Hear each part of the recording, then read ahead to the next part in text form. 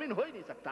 آئیے میں آپ کو بتاتا ہوں، یہ آج ہمیں یہ جرأتیں پیدا ہوتی ہیں، آج ہم بڑے جری ہو چکے ہیں اور بڑے نڈر ہو چکے ہیں۔ اللہ کے رسول صلی اللہ علیہ وسلم کا حکم آتا ہے، چھوٹی سے چھوٹی بات ہو یا بڑی سے بڑی بات ہو، عبادت کے معاملات ہوں، نماز کے معاملات ہوں، روزے حج زکوٰۃ یا کسی قسم کے معاملات ہوں، آج ہمیں جب نبی کریم صلی اللہ علیہ وسلم کی حدیثیں بتائی جاتی ہیں تو ہم اپنی بغلیں جھانکتے ہیں، ہم اپنے آگے پیچھے دیکھتے ہیں، لوگوں کے تقوی اور تقدس کا جو ہے ہمیں اس قدر ہمارے اوپر روب رہتا ہے، ہم یہ کہتے ہیں جی اتنے بڑے بڑے علامہ ہیں، اتنے بڑے بڑے علماء ہیں، اتنے بڑے بڑے مفتی ہیں، یہ 4 دن کا چھوکرا مجھے یہ بات بتا رہا ہے، اتنے بڑے بڑے لوگ تو یہ کہہ رہے ہیں، کیا وہ جاہل ہیں، کیا وہ بیوقوف ہیں؟ میں آپ کو بتاؤں گا، یہ لوگ آپ کی قبروں میں جانے والے لوگ نہیں ہیں۔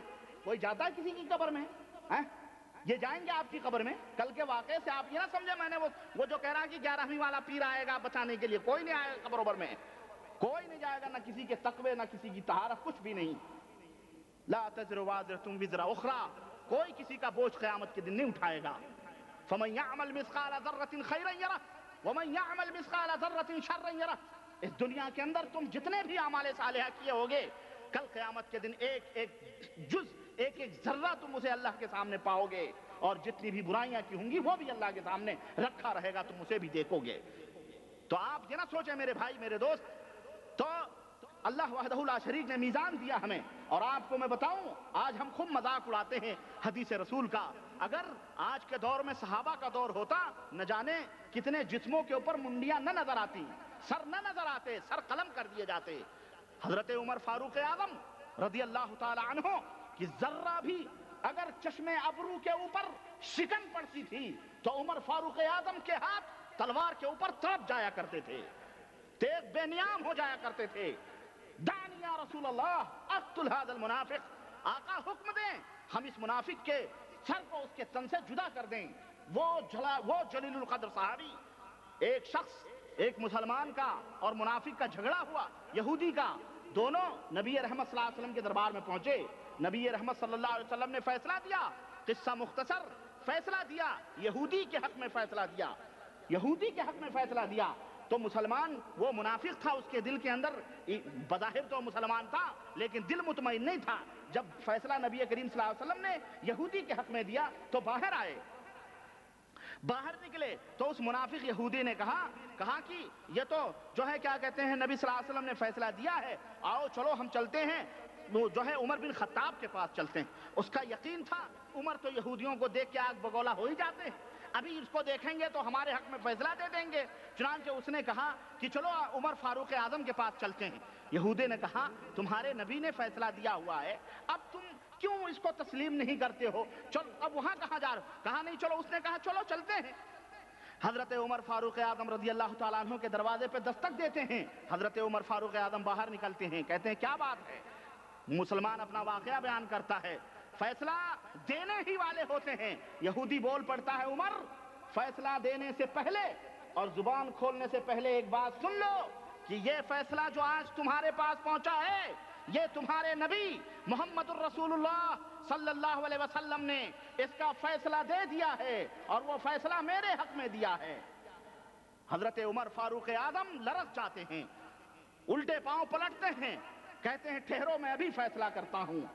اندر سے تلوار بے نیام لے کے نکلتے ہیں اور اس مسلمان کے گردن کو اس کے سر سے جدا کر دیتے ہیں، کہتے ہیں ھذا قضاء عمر من لم یرضى بقضاء نبینا صلی اللہ علیہ وسلم، یہ عمر کا فیصلہ ہے جو ہمارے نبی کے فیصلے کو نہ مانے، عمر کی تلوار اس کا فیصلہ کرتی ہے۔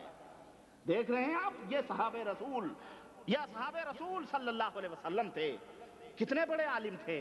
حضرت ابو بکر صدیق کا دور ہے، حضرت ابو بکر صدیق رضی اللہ تعالیٰ عنہ کا زمانہ ہے، امیر المومنین ہیں، دادی کے ورثے کا مسئلہ آتا ہے۔ حضرت ابو بکر صدیق رضی اللہ تعالیٰ عنہ کہتے ہیں میں یہ مسئلہ نہ قرآن میں پا رہا ہوں نہ حدیث میں پا رہا ہوں، مجھے اس کا علم نہیں ہے، تمہیں کوئی ورثہ نہیں ملے گا، تمہیں کوئی حق نہیں ملے گا۔ ایک ادنا سا صحابی کھڑا ہوتا ہے، وہ کہتا ہے امیر المومنین نبی رحمت صلی اللہ علیہ وسلم کے زبان فیض ترجمان سے میں نے یہ حدیث سنی ہے، آپ صلی اللہ علیہ وسلم نے ایسے لوگوں کے بارے میں یہ بیان فرمایا ہے، امیر المومنین کی گردن جھک جاتی ہے اور فرماتے ہیں اللہ کے نبی کی حدیث آ گئی، ابو بکر اپنی رائے واپس لے رہا ہے، اور نبی کریم صلی اللہ علیہ وسلم کی حدیث کے اوپر مسئلہ بیان کیا جاتا ہے۔ ایک شخص امیر حضرت، کتنے واقعات ہیں، کتنے واقعات ہیں، پوری عملی اور تطبیقی شکل تھی صحابہ کرام کا چلنا پھرنا، سونا جاگنا، اٹھنا بیٹھنا، سب کچھ نبی رحمت صلی اللہ علیہ وسلم کے حدیث۔ خود عمر فاروق اعظم کے گھر کی میں بات بتاؤں آپ کو، عبداللہ ابن عمر رضی اللہ تعالیٰ عنہ کو دیکھیں، اتنے متبع رسول اور رسول اکرم صلی اللہ علیہ وسلم کے پیروکار کہ حج ساتھ میں کرتے ہیں، جب دوسری دفعہ حج کرتے ہیں تو جگہ جگہ اونٹ روک روک کر کے بیٹھتے ہیں۔ لوگوں نے سوال کیا، آپ ہر جگہ اونٹ روکتے ہیں، یہاں روک کر کے آپ وہاں بیٹھے، وہاں روک کر کے آپ وہاں بیٹھے، کیا مطلب ہے یہ، آپ کیوں ایسا کرتے ہیں؟ حضرت عبداللہ ابن عمر رضی اللہ عنہ نے فرمایا کہ ہائے، میں نے اپنے محبوب کو اس جگہ بیٹھتے ہوئے دیکھا تھا، پہلے حج میں جب میں نے کیا تھا، ہم اپنے نبی کی اتباع میں یہاں بیٹھ رہے ہیں۔ یہ تھی اتباع رسول، نبی کریم صلی اللہ علیہ وسلم کی محبت جو ان کے دلوں کے اندر جاگزی تھی۔ وہ محبت رسول کا پیکر، وہ حضرت عمر بن خطاب نے حج تمتع سے منع کر دیا، یہاں تک کہ درے تک مارے۔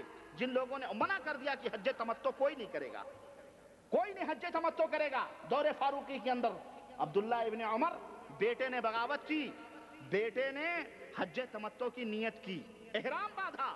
لوگوں نے کہا کہ ابن عمر، تمہارا باپ لوگوں کو درے مارتا ہے، لوگوں کو حج تمتع سے روکتا ہے، منع کرتا ہے، اور تم حج تمتع کی نیت کر رہے ہو اور تمتع کا احرام باندھ کر کے جا رہے ہو۔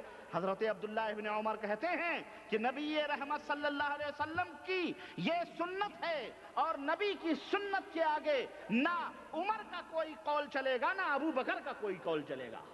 یہ ہے اہمیت نبی رحمت صلی اللہ علیہ وسلم کی اتباع اور پیروی کی۔ اور اس طرح صحابہ کرام رضوان اللہ علیہم اجمعین، اور اس طرح کی کیا بتاؤں، یہ تو مردوں کا معاملہ رہا، عورتیں تک نبی رحمت صلی اللہ علیہ وسلم کے احکام کے اوپر پابند ہوتی تھیں۔ میں آپ کو بتاؤں، ایک عورت بارگاہ رسالت مآب صلی اللہ علیہ وسلم میں پہنچتی ہے اور اپنے بچی کو ساتھ میں لے کر کے پہنچتی ہے، اس کے ہاتھوں میں کنگن ہوتے ہیں۔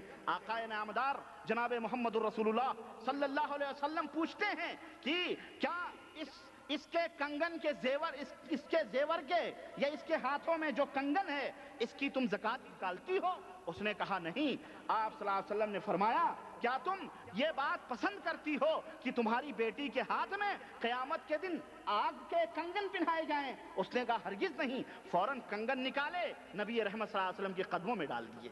یہ نبی کریم صلی اللہ علیہ وسلم کی اتباع کے نمونے ہیں۔ میں آپ کو آپ کو بتاؤں کہ اللہ کے رسول صلی اللہ علیہ وسلم جب سفر میں نکلتے تھے، یہ واقعات ہیں اتباع رسول کے، اور ہم بھی اپنے گریبانوں میں ذرا منہ ڈال کر کے دیکھیں کہ آج ہم نبی رحمت صلی اللہ علیہ وسلم کی محبت کے خوب ڈنگے پیٹتے ہیں۔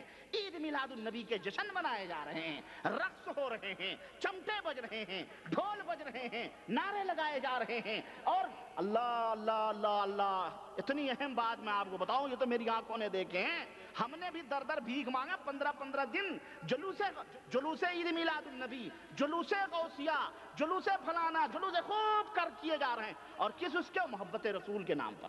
یہ محبت رسول کے جو ہے بہت بڑے علم بردار۔ اور میں آپ کو بتاؤں، اللہ کی قسم ہے، یہ دیکھ لو، اور یہ حقیقت ہے کہ جو جتنا ہی گمراہ ہے، جو جتنا ہی ذلیل ہے، جو جتنا ہی بدعات کو کر رہا ہے، وہ اتنے ہی شدت کے ساتھ نبی رحمت صلی اللہ علیہ وسلم کی محبت کا دعویٰ کر رہا ہے، اتنی تیز محبت کا دعویٰ۔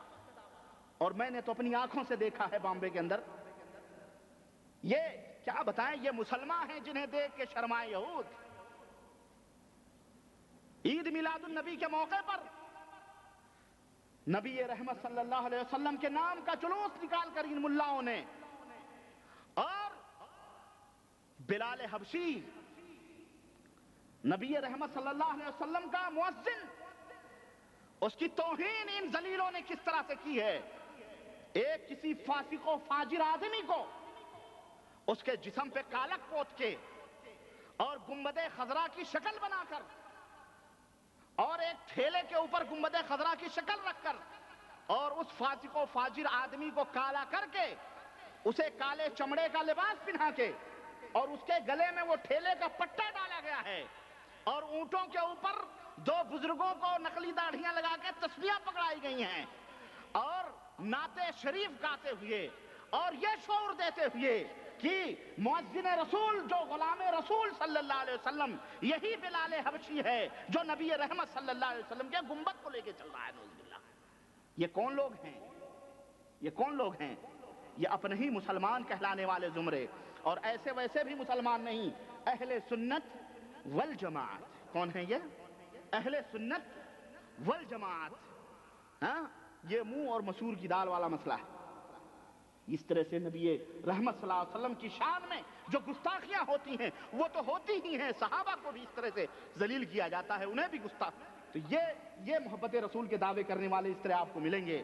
میں میرے دوستوں بات ذرا کڑوی ہوگی، اس لیے مجھے معاف کیجئے گا، مجھے معاف کیجئے گا ان تلخ باتوں پر، کیونکہ دل جلتا ہے، لوگوں کی گمراہیت نہیں دیکھی جاتی، لوگ اس کثرت کے ساتھ بھٹک رہے ہیں، اور اللہ کے فضل سے ایسی بات بھی نہیں ہے بھٹک رہے ہیں، اب لوگ ہوشیار بھی ہو چکے ہیں، ان پیٹ پجارے مولویوں کی باتوں کو سمجھنے بھی لگے۔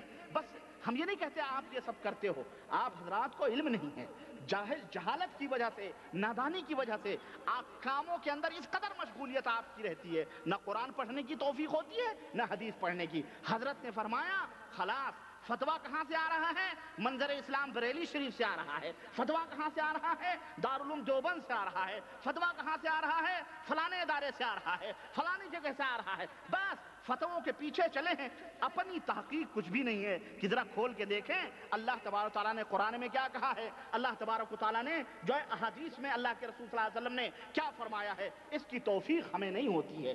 ہمیں چاہیے کہ اگر حق چاہتے ہو تو یہ نہ سوچو کہ کوئی منہ میں آ کے آپ کو گھول کے پلا دے گا، اس کے لیے کوشش کرو۔ جس طرح پیٹ کی پیاس، پیٹ کی بھوک بجھانے کے لیے آپ نے اپنا وطن چھوڑا ہے، اور اپنے وطن کی محبتیں، اپنے اعزاء اقارب، بیوی بچے سب کے پیار اور شفقتوں کو قربان کیا ہے چند ٹکوں کو حاصل کرنے کے لیے، چند سکوں کو کمانے کے لیے۔ اسی لیے روح کی جو غذا ہے، اس روح کی غذا اور روح کو اطمینان بخشنے کے لیے ہمارے اور آپ کے لیے ضروری ہے کہ اللہ کے اس بھیجے ہوئے پیغام قرآن کریم کو اور نبی رحمت صلی اللہ علیہ وسلم کی مقدس باتوں کو حرز جاں بنا لیں، اپنے پیشانیوں کا جھومر بنا لیں، اس کی تعلیم حاصل کریں، دیکھیں کہ ہمارے نبی نے کیا فرمایا۔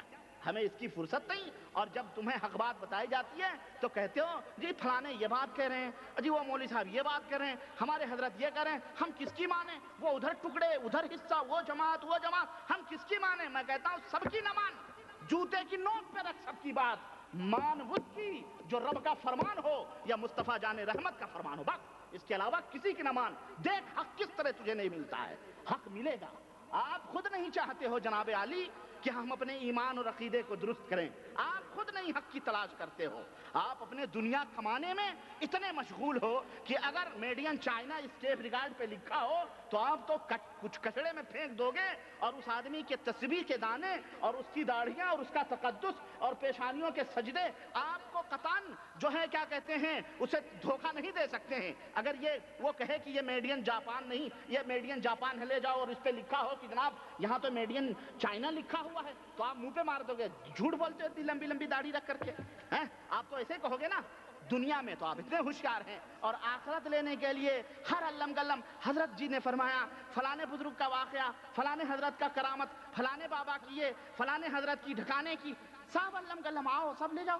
یہ کتنے احمق ہم ہو چکے ہیں، احمق نہیں بہت ہوشیار ہیں، لیکن یہ کہو شیطان نے ہمیں تسلیاں دی ہوئی ہیں کہ بس کسی کا دامن پکڑ لو خلاص مغفرت ہو جائے گی، تمہیں ادھر ادھر جانے کی ضرورت نہیں ہے، پیالہ بابا کا پی لو، دامن پکڑ لو، خلاص بیعت ہو جاؤ، تم جنت میں چلے جاؤ گے۔ میرے بھائی یہاں ایت بیعت کوئی کام نہیں ہو۔ آج میں شب مغرب عشاء کے بعد کہیں میرا پروگرام تھا ایک مسجد میں نام نہیں بتاؤں گا، وہاں پہ کسی نے کہا جی بیعت تو کرنا ضروری ہے، بغیر بیعت کے تو یہ نہیں ہوگا تو وہ نہیں ہوگا۔ میں نے کہا جناب ٹھیک ہے، بیعت کرنے والے بیعت کی دلیلیں دیتے ہیں اور کہتے کیا ہیں، مثلا آج کل بڑی بیعتیں چل رہی ہیں نا، ادھر سجادہ نشین لوگ بیعت کرتے ہیں چادریں پھینک کے، اور کچھ لوگ اتنی بڑی جماعت ہے ان کی اللہ ہدایت دے انہیں کہ رسیاں پھینک کے بیعت ہوتی، کیا پھینک کے؟ رسیاں پھینک کے، اور زندے کی بیعت مردے کے ہاتھ پہ ہوتی ہے۔ اللہ، اور معاملہ جب پہنچتا ہے تو کہتے ہیں ہم ہی سب سے بڑے توحید کے دائی ہیں، سب سے بڑے توحید کے دائی، اور زندے کے ہاتھ پہ مردے کی بیعت، یعنی آپ ہمارے ہاتھ